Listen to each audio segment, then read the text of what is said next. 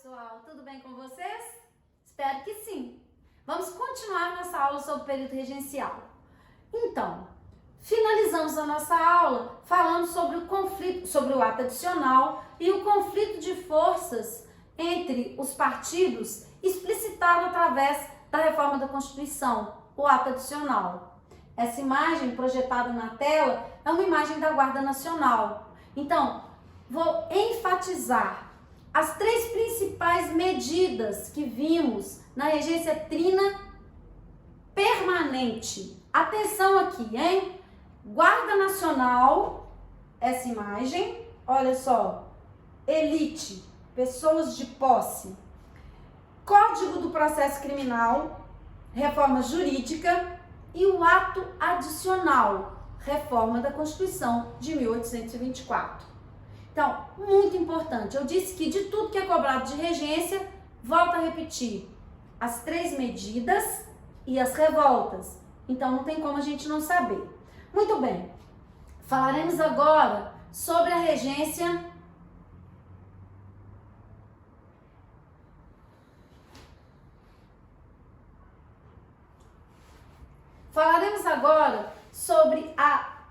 o terceiro período da regência, a regência una de Feijó de 35 a 37.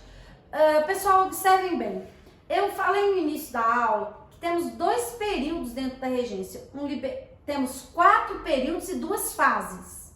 4 períodos são regência trina provisória, trina permanente, una de Feijó e una de Araújo Lima. E que dentro desses 4 períodos temos 2 fases. Uma fase liberal, descentralizadora e uma fase conservadora, centralizadora. A regência trina provisória, a regência trina permanente e a regência una de Feijó vão ser caracterizadas pelas medidas liberais, descentralizadoras. O Código do Processo Criminal é descentralizador, a Guarda Nacional e o ato adicional é mais liberal, descentralizador do que centralizador. No final da regência do Feijó é que as medidas centralizadoras começam a ser tomadas. Fiquem atentos para isso, porque a gente vai entender agora por que essas medidas centralizadoras elas passam a ser tomadas. Então, o que caracterizou a regência do padre Diogo Feijó? Olha aí a imagem do Feijó, que era então um padre, e ele foi eleito como regente uno, de acordo com o quê? Com o ato adicional. Lembrem, uma das medidas que eu falei que estão descritas no ato adicional é a transformação da regência trina em regência una. E de acordo então com o ato adicional, Feijó foi eleito como regente uno. Durante o governo de Feijó, as forças políticas se dividiram novamente. Prestem atenção. Houve uma cisão do Partido Liberal Moderado. Atenção! O Partido Liberal Moderado, então da elite do Sudeste, deu origem a 2 partidos, o progressista e o regressista. Quem era o partido, quem compunha o Partido Progressista? Os que apoiavam o ato adicional. O que significa isso? Quem era a favor das medidas descentralizadoras. E os regressistas, que eram contra o ato adicional, portanto, a favor da medida centralizadora. Qual que é a grande contradição aí? Embora o padre Diogo Feijó ele fosse um regente uno, ou seja, centralizou o poder, ele era um progressista, portanto, a favor das medidas descentralizadoras do próprio ato adicional. Ou seja, essa contradição, ela só vai exacerbar ainda mais os confrontos políticos os confrontos políticos entre esses grupos que a gente acabou de mencionar. E por isso, a elite, ela tenta justificar que as revoltas que começam a ocorrer durante o período regencial, como no governo do Diogo Feijó, a balaiada e a farroupilha, eram o resultado da descentralização do poder. Que só existia revolta porque o poder estava descentralizado. Que se tivesse um poder forte, um poder centralizado, essas revoltas elas não teriam ocorrido. O que na verdade não corresponde à verdade. O que provoca as revoltas, o que provocou as revoltas, está longe de ser descentralização, mas muito mais a miséria, a exclusão, o analfabetismo, a concentração fundiária. Todos esses fatores são de fato o que levam a maioria das revoltas no período regencial. Essa onda revolucionária que ocorre em virtude de múltiplos fatores, mas os movimentos populares, elas vão acabar levando o nosso primeiro regente, como se fosse o nosso primeiro presidente da República, a renunciar em 1837. Ou seja, a primeira vez que a gente tem uma espécie de presidente e ele acaba renunciando. Peculiaridades aí da nossa história. Em 1837, ocorre na verdade, o Feijó, ele indica quando ele renuncia o Araújo Lima como regente interino e ele acaba sendo eleito como regente permanente. Então, a figura que aparece aí, né, é a figura do regente Araújo Lima, que vai governar então o Brasil de 1837 a 1840. E de novo aqui temos uma nova divisão política. O partido progressista dá origem ao partido, o partido regressista, dá origem ao partido conservador e o partido progressista dá origem ao partido liberal. Então, de novo, partido conservador a favor da centralização e o partido liberal a favor da descentralização.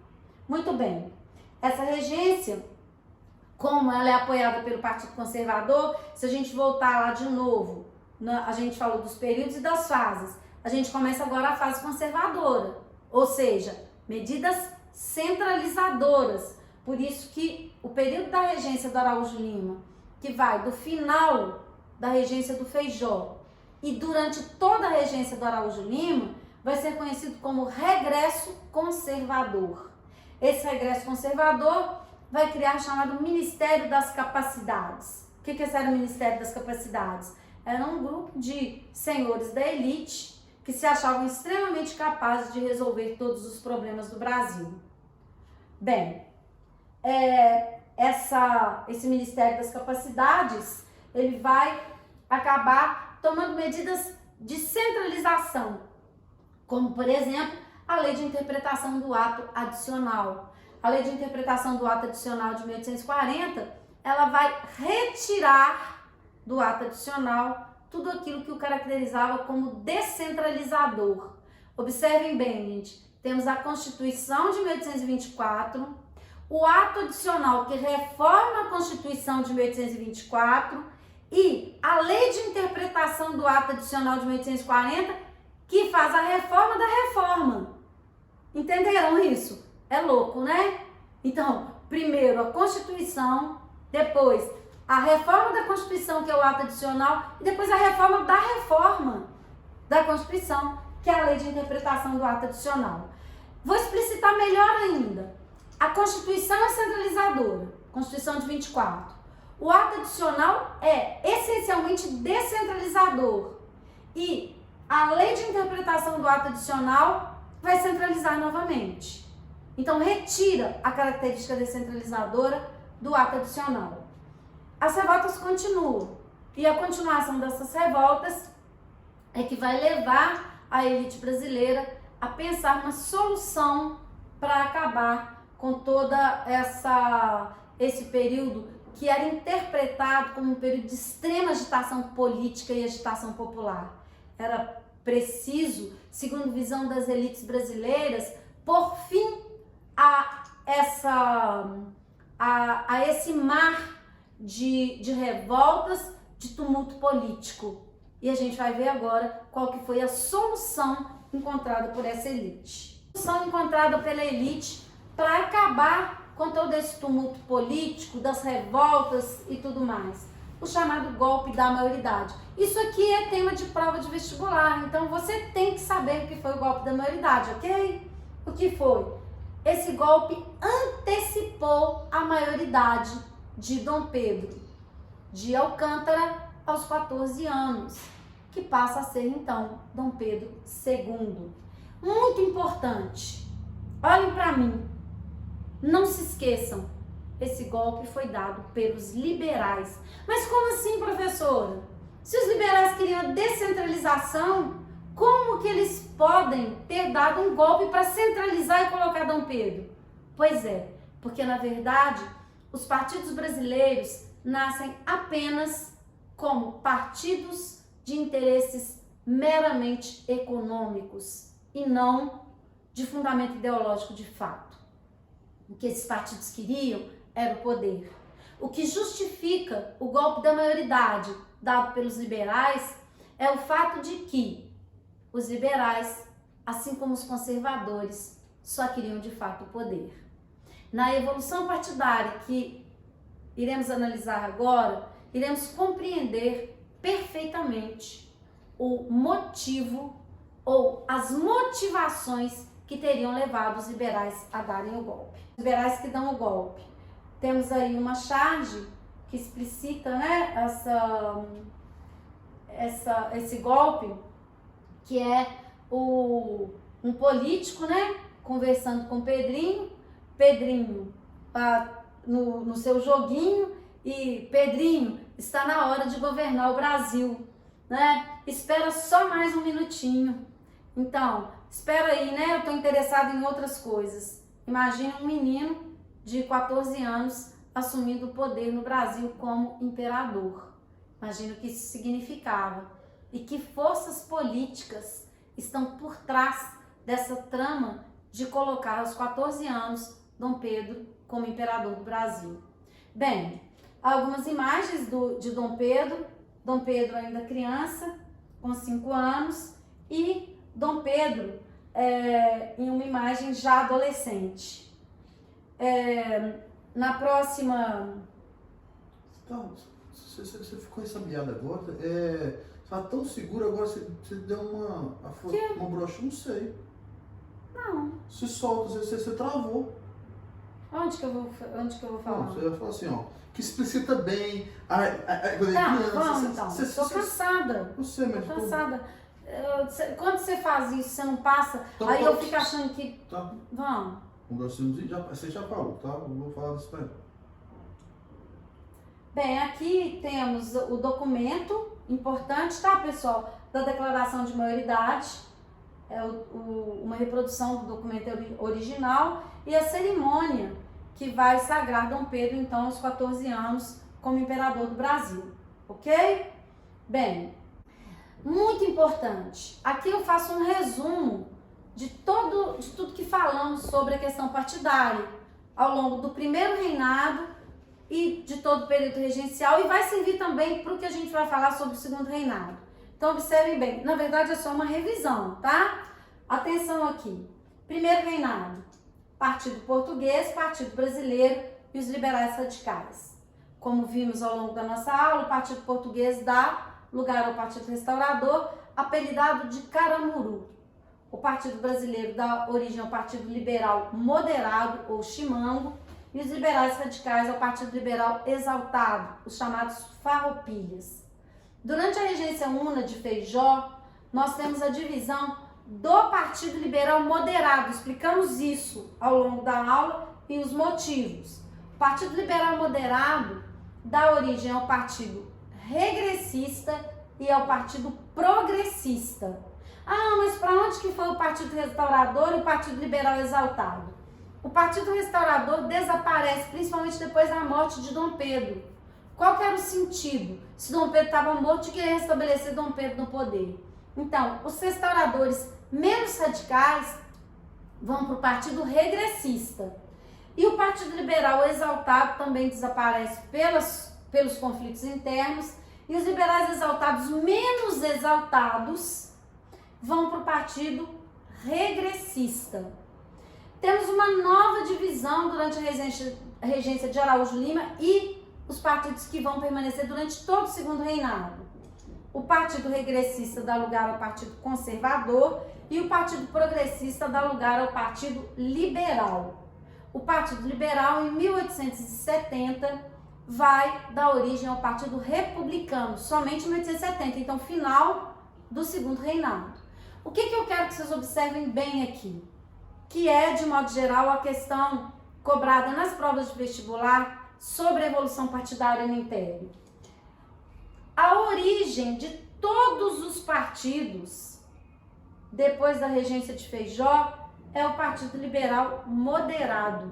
Ou seja, isso justifica perfeitamente o porquê foi o Partido Liberal que deu o golpe da maioridade, embora eles defendessem a descentralização. Qual que é a resposta? São farinha do mesmo saco.